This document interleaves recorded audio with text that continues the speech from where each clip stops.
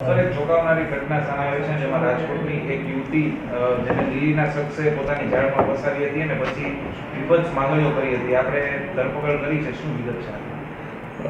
મૂળ રાજકોટની યુવતી છે અને ઘણા ટાઈમ પહેલાં જ્યારે લોકડાઉન હતું એ સમયમાં આ યુવતી અને યુવક આ બંને જે છે એ પબજી ગેમ ના માધ્યમથી બંને સંપર્કમાં આવેલા હતા. રેગ્યુલર પબજી ગેમ ઓનલાઈન રમવાથી સંપર્કમાં હતા અને ત્યારબાદ સોશિયલ મીડિયાના અલગ અલગ પ્લેટફોર્મ ઉપર એમનો વધારે સંપર્ક થયેલો હતો. યુવતીને વધારે વિશ્વાસ આવતા પર્સનલ ડિટેલ્સ અમુક એની જે છે એ આ યુવક સુધી પહોંચી હતી. ત્યારબાદ યુવકે વધુ લાલચ જાગતા યુવતીની જે પણ પર્સનલ ડિટેલ્સ હતી, ફોટોઝ હતા, વિડીયોઝ હતા, આ બધું જે છે એ ખોટી રીતે ઉપયોગ કરી અને તેના ઘરે અલગ અલગ સભ્યોને મોકલી અને યુવતીને ધમકાવી અને પોતાના કાબૂમાં કરવા માટે થઈને પ્રયત્ન કરેલો છે.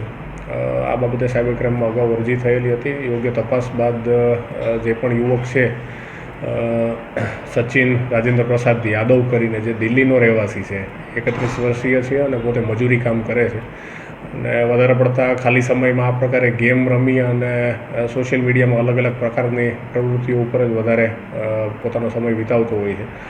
તો તેની ધરપકડ દિલ્હી ખાતેથી કરવામાં આવેલી છે અને હાલ એ આરોપી જે છે એને જામીન ઉપર અહીંયા સાયબર ક્રાઇમ પોલીસ સ્ટેશનમાંથી છોડવામાં આવેલો છે.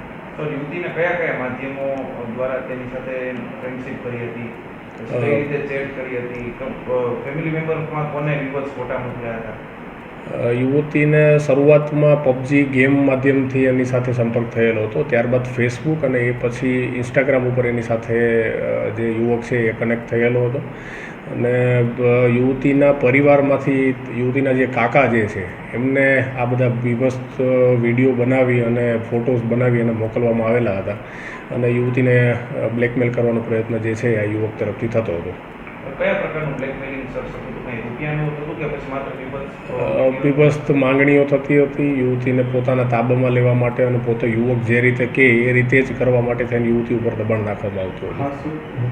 સીએ કરતી હતી આ યુવતી અને આવી ભણેલી ગણેલી યુવતી આ પ્રકારની માયાજાળમાં ફસાઈ. લોકોને એક જ વિનંતી છે, ખાસ કરીને જે સોશિયલ મીડિયા ઉપર મહિલાઓ વિરુદ્ધના જે ક્રાઇમ થાય છે એમાં અમારા ધ્યાને આવેલું છે કે યુવતીઓ છે, મહિલાઓ છે, બાળકીઓ છે એ ખૂબ લાંબા સમયે હેરાન થયા પછી અમારી પાસે ફરિયાદ કરવા માટે થઈને આવતા હોય છે. એટલે એક તો વહેલી તકે ફરિયાદ થાય, ફેમિલીમાંથી કોઈ સપોર્ટ ન મળતો હોય અથવા એવી બીક હોય કે મારું નામ ખરાબ થાય તો એ પહેલાં અગાઉ બહાર કોઈ વ્યક્તિનો કોન્ટેક્ટ કરી મિત્ર સાથે પણ તમે અહીંયા આવીને કમ્પ્લેન કરો તો એટલીસ્ટ જે મેન્ટલ ટોર્ચર છે એને રોકી શકાય.